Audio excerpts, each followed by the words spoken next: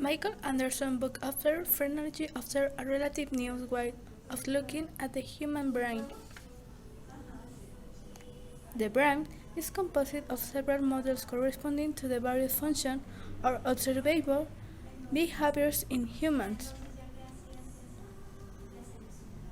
Also belongs to the school of a person corresponding to the personality traits that were more or less developed in that individual, such as benevolence, ambition, or caution.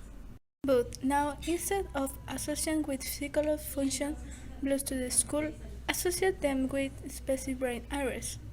It has been shown that various brain regions are not the same in all human beings. For example, the man brain or the family brain. But as their images are displayed, even the simplest task, usually active, is different, violate parts of the vast network that constitute the human brain. A region equal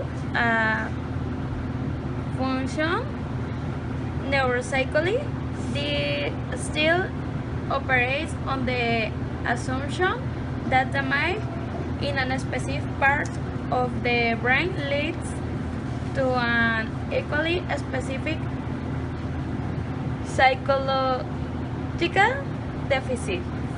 In his book, Anderson offered on relative basis of the what approach he called the reuse of nerves according to the concept various parts of the brain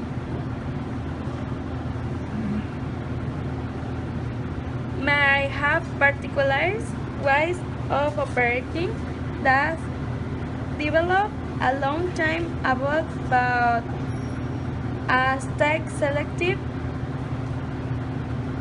researchers have asked the brain to perform more complex abstract or complex function. These various areas have been recycled and have begun to work together so that all of them have contributed to the development of this function. Specific images revealed very neuropsychically for the general public and functional brain imaging. The purpose of structural images is to visualize different structures of the brain and physical anomalies that may affect them, such as tumors,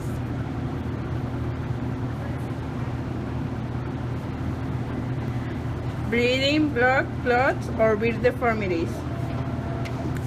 The purpose of is to measure the activity in certain parts of the brain while performing certain tasks.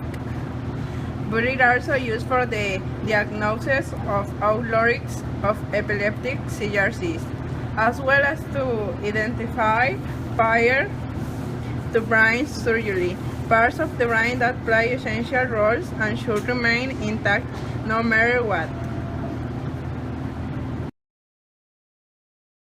If we already want to archive a post-phrenology brain science, then we must accept that the function performed much more depends on the interaction between the various parts of the network between these parts and a center who actively generates the function. In other words, we need to escape the modularity that remains the brain marking the cognitive sentence. Instead, we must draw out the consequence of that showing how much the brain is mostly an ever-changing dynamic network where many areas are constantly working.